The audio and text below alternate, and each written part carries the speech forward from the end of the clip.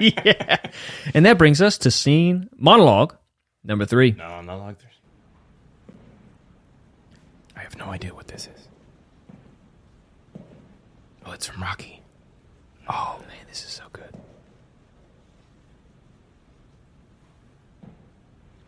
Rock. It's 3 in the morning.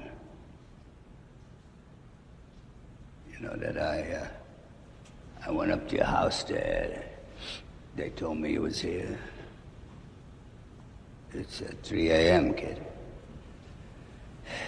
Is that Adrian? She's a good girl. Me, you know, I'm sorry for both of you. Well, there's nothing I can do with it. Except I like to tell you something once, and then I ain't gonna say it again. Well, Rocky got another shot. This is second shot at the, I don't know, the biggest title in the world. Huh? And you're gonna be swapping punches with the most dangerous fighter in the world. And just in case, you know, your brain ain't working so good, all this happens pretty soon, and you ain't ready. You're nowhere near, you know, you ain't in shape. So I say, you know, for God's sake, why don't you stand up and fight this guy hard like you done before? That was beautiful. But don't lay down in front of him like this. Like I don't know, like some kind of mongrel or something. Because he's gonna kick your face in pieces. You know that? That's right. This guy just don't want to win, you know. He wants to bury you. He wants to humiliate you. He wants to prove to the whole world that it was nothing but some kind of a freak the first time out. That he said you are one-time lucky bum. Well, now, I don't want to get mad in a biblical place like this. But I think you're a hell of a lot more than that, kid. A hell of a lot.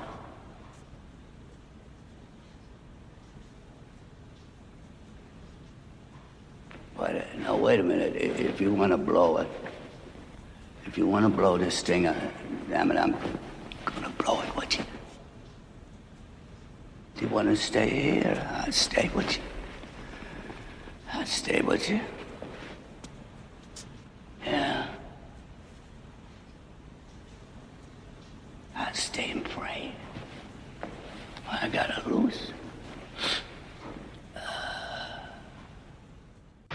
Amazing. So good, dude. So good. Bert Ives? I think this is is it Meredith? I think Meredith. Burgess. Yeah. Right? So yeah, what I noticed about this is he starts at 1 and he gets up to 11 and then he turns it back down at the end. So much control. The rhythm, and it's not that the dialogue is particularly Burgess, Meredith.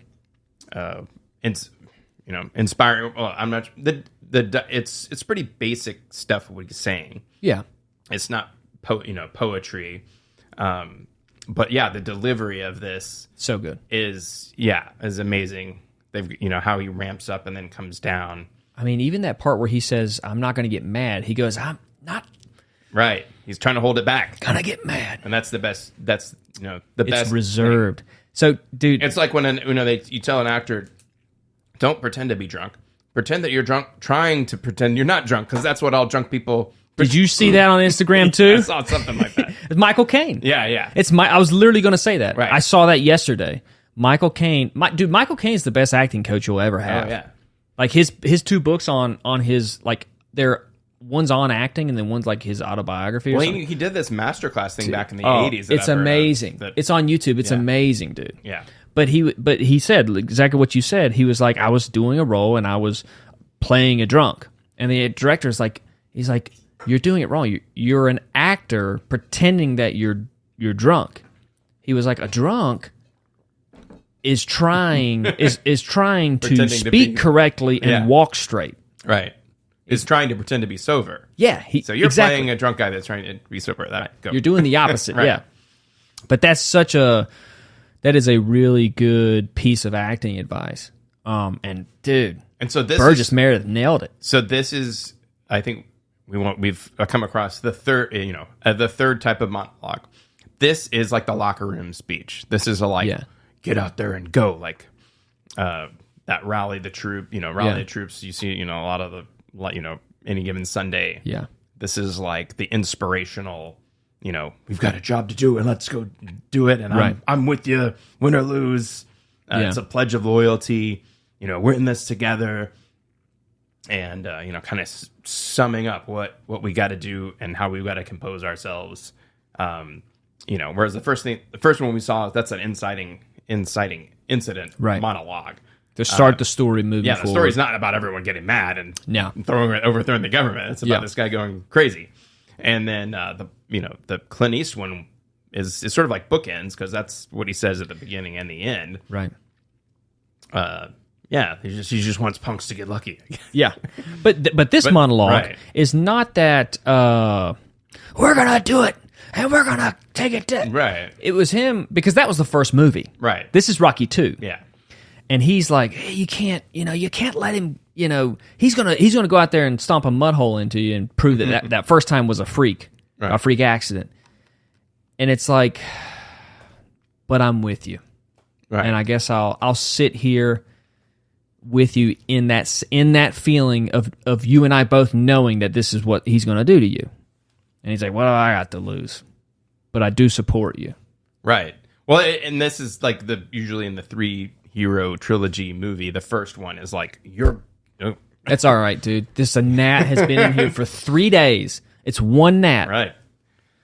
Yeah, well, the first movie is always about like, oh, I'm good enough to do this. Like, I can become the hero. And then the second movie is like, I don't know if I want to be the hero or not. Sure. And this is the case. Like, I don't know if I want to be the best fighter. Yeah. If this is really what it's cracked up to be. And then the third movie is like, I've been fighting crime. I've been doing this for so long. I don't know if like physically I can do it. Yeah. So it's like, I don't know if the first one is like, I don't know if I'm good enough. The second is like, I don't know if I want it, after I've sort of seen what it's all about. I want to go back to normal. Can I go back to what it was before? And the third one's like, I'm just worn out. Like I've done this so long, now it's become a burden too heavy to bear. I don't know if I can keep this up. Yeah. Right. One thing I was picking up from that monologue is, dude, I mean, Burgess Meredith just looks like he was an old-time boxer. Yeah. I mean, his nose is crooked, his cauliflower ear. I mean, I don't know if he actually fought back in the day. I mean, but talk about, a little detail of like he has a hearing aid. I think he was the best character other than, obviously Sylvester Stallone's amazing as Rocky. Carl Weathers couldn't have found a better Apollo Creed. Mm. His brother, Burt Young, couldn't have found a better, or a brother-in-law couldn't have found a better But dude, well, I think Stallone definitely he wrote the first movie and probably all of them. But he wrote them all. But think about it, like you're the lead character, and Stallone's character Rocky doesn't say anything in this scene, and nor does he really react. He's just very passive, almost catatonic. And so you're gonna write this Oscar-winning moment for someone else. This movie that you've read, wrote, produced, directed. Yeah. But it was what the story needed. For sure. And dude, it's been a while since I've seen that second one. But man, like I forgot how believable Burgess Meredith is as a boxing coach. It's kind of like when you go back, if you watch Warrior, and how like convincing Nick Nolte is as Tom Hardy's dad, and like as that coach. Right. Like he kind of channels that same type of man that Burgess Meredith channels in that character. And dude, there's not that many like you think about the actors growing up now being able to channel that toughness of those old post World War II men. Yeah. But like The Greatest really, Generation, yeah. like dude, there's no toughness in a lot of young Of actors people who went through the Great Depression, made it because around they there, yeah. didn't go through it. Yeah, yeah. How could they? And they don't have memory of their grandfathers, Right, what they were like. what yeah. they were like. You know, Yeah, different world. different world. Sorry, I've never had a coach like that.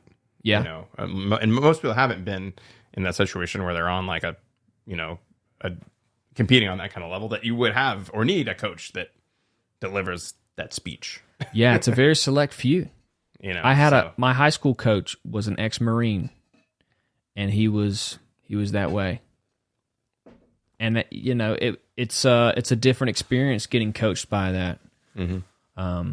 But you're not getting it that much now. got to know what to say. Got to know what when to say it. Well, I mean, not to say. There's good things that have come from like, this. I wouldn't say it was progressive, but like, calling out adults and coaches for being too strict on kids, right? Too hard on kids as a coach. But then there's also, I think a lot of people that are like if my high school wrestling coach was a coach today, they'd fire him because of how he talked to us. But he made us work so hard, and I got so much better because of him. Right. But he never talked down to us. He just called out our bullshit. And I remember we had kids that would complain about him, but our athletic director was like, he's calling you out on your bullshit. You either get over it or you quit the team. Right. Because he knew. Yeah. But nowadays, if you get parents to complain to the athletic director is like, well, politically, right now, it might be better for me to fire this guy and get somebody else in there so I keep my job, because then the political ramifications are going to get me fired is he eventually. pretending not to know? Or what is, Again, the greater, it's, you're so focused on your winning Yeah. that, you're not really focused on what's really the goal here. It's to develop young minds, build confidence, and You're developing young men. teamwork and Yeah. people keeping their composure and focus and dedication and practice and that sort of thing. It's, Resiliency. you see the movie that actually I saw this recently and we talked about it was the All the Right Moves. Yeah. And Craig T. Nelson, who got typecast as a coach, but he's like the worst. Well, not probably the worst coach. Like he doesn't molest anybody, but he makes all the wrong decisions and he has all the wrong motivations for coaching this team, and he makes a wrong call on the football game. Yeah. And Tom Cruise calls him out. It's like, no, you should just have him take a knee, but you wanted to run the ball and the guy dropped the ball and we lost the game. Like we had the win, and so he gets mad at him because the player calls him on his bullshit, basically. Yeah. So he takes it out on Tom Cruise's character, kicks him off the team like 2 games before. Now he can't get a scholarship. So, really great example of how not to do it. Right. Yeah.